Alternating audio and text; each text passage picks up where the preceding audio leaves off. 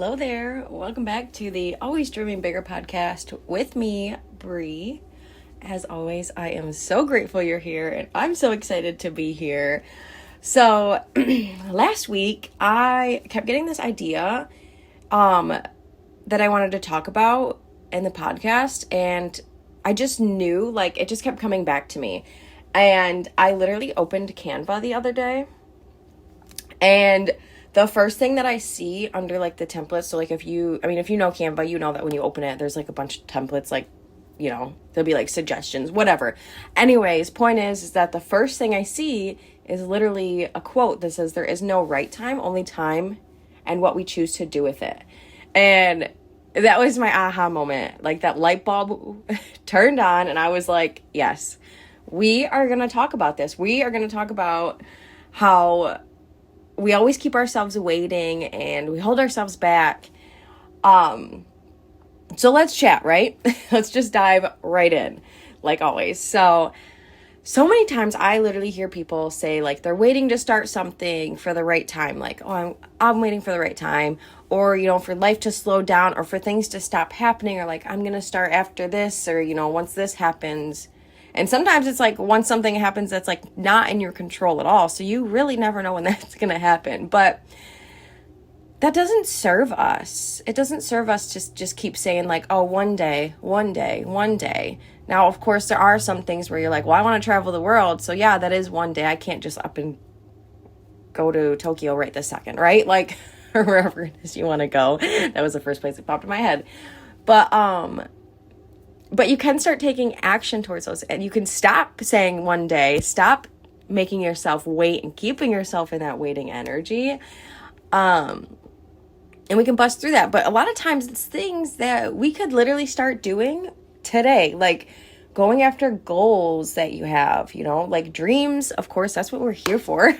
But seriously, life is always going to go by, whether we go after something or not, whether we take that action. Time doesn't wait for us to take that leap, right? Time isn't waiting for the right time. It's just going by and we're just living. So seriously, waiting does not get us where we want to go. It doesn't give us what we desire. And so my thing is I realized that because I was doing this a lot. That's obviously, you guys know, when I talk about things on here, it's because I'm either going through it or I have, and I feel like I really just want to share it in hopes of inspiring others. So one thing that I always did was I'd be well, one day I might start working out. One day I'll be the fitness girly. One day, or, sometimes I would catch myself, waiting for this, I'll start doing this once this happens. A lot of times when it comes to our goals, at least, for me and a few others that I've talked to, I notice, we're waiting for the things to happen to start taking the action. So, we think to the future and okay, well, when I'm living that life that I dream of, I'm going to wake up and I'm going to do this, I'm going to do that. I'm going to have this type of routine. Well, instead of waiting, why not do that now? Because again, time is flying by, whether we choose to do that stuff or not. It's not waiting on us. So why not just enjoy the time we do have, go after those things, not hold ourselves back, because life is too short, right? You have ideas, so why not act on them when you feel inspired? Or if you're inspired and you come up with those ideas, but you can't act on it right that second, you can put it in your notes. You can whip open your phone. We've always got our phones on us, right? Or a piece of paper, and you can start writing down whatever that is.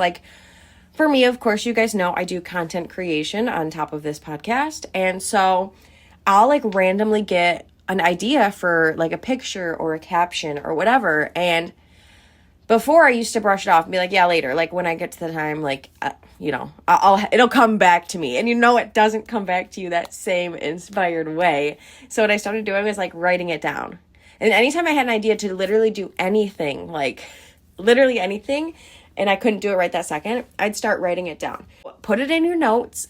And don't forget about them. If, like I said, if you can't take that action right this second, and write it in your notes, but don't just write it in your notes and then leave it forever, right? Because then you're going to end up with all these notes that you just keep scrolling through oh yeah. Act on it as soon as you are able to.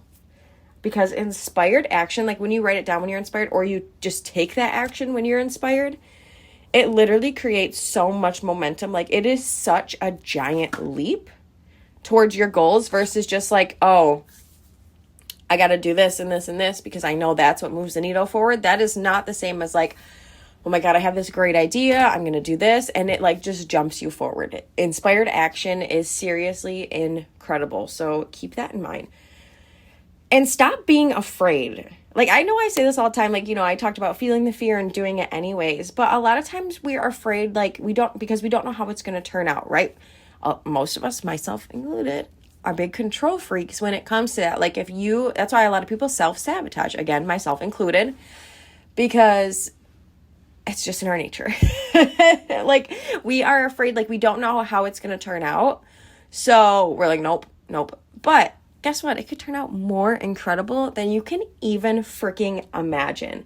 And when you keep that fear, like when you let that fear keep you waiting, it's going to just make you feel more stuck. And it's going to be a cycle, right? Like, you have an idea, you don't act on it because you're afraid you don't know how it's going to turn out, or, which I'm going to get into next, is like, it's not perfect.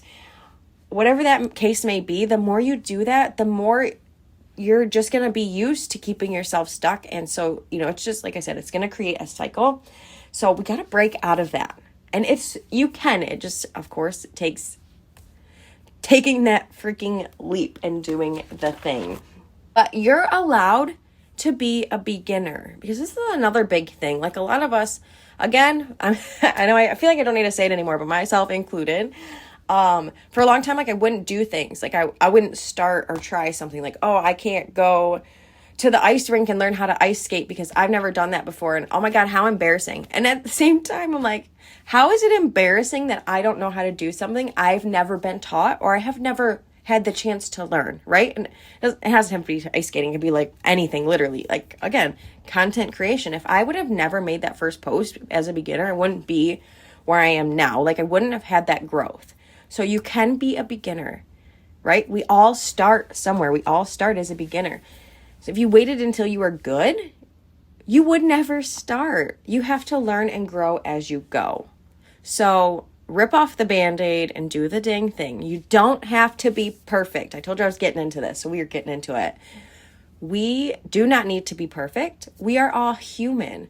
And I know, like, a lot of us struggle, but think about others. Like, you would never expect perfection out of someone when they start something new, right? So why would you expect that out of yourself? You expect when somebody starts something new, just like a baby when they're learning to walk, right? They fall over, they get up and they fall back down. They stand before they start walking. I mean, some of them, they just get up and go, right? We know that. But you get my point. You wouldn't expect them, like, to suddenly just stand up and start walking like they've been walking their whole dang life because they just are learning. They are just starting. So again, if you don't, like, you wouldn't expect perfection out of somebody else, don't expect it from yourself. It's okay to let go of that need for perfectionism, especially when it's literally holding you back, right? Because, like, it's okay to have a standard, right? We have a standard. My standard grows. Every time that I grow, my standard grows. And that's totally okay. But again, I do not need to be perfect. And that's something I have to remind myself of often. I feel like sometimes I talk way too fast. So I apologize if I went a little too fast in any of this. Matthew is constantly telling me to slow down, breathe, and speak, because I'm like Roadrunner with my words. But point is, I don't have to be perfect, right? Like, that's okay. I can just keep working on it and doing myself, but I can also just be me. Being yourself is going to attract the people that you want in your life. So keep that in mind too. It's just another little tidbit. But seriously, if I waited until I was good enough or I was perfect, I would not be here literally recording episode 8. So sometimes I stumble over my words. I lose my train of thought. And I'm like, did I even make sense when I said that? Or am I talking too fast? But when I listen to other podcasters, like, and they're tripping over their words, or maybe sometimes they talk a little fast, or they, lose their train of thought, or they go off on some tangent, I don't think anything of it. It's just normal. I'm just listening and I'm like, yes, like, soaking in everything they're saying, like, so many light bulbs. Like, I'm not thinking, like, does this make sense? Are we still talking about the same thing that they were talking about 10 minutes ago? I'm just like, yes, like, soaking it all in. So let this be your reminder to take that inspired action on your ideas. Don't be afraid to be a beginner, and literally let go of perfectionism. I know it's going to take time like anything else, but you can do the things. You are so incredible. You have gifts to share, and you have dreams that you are unbelievably worthy of, okay? Unbelievably worthy and capable, like holy capable. You are more than capable. But I hope that you keep showing up for you and you keep dreaming bigger, and I will see you next week.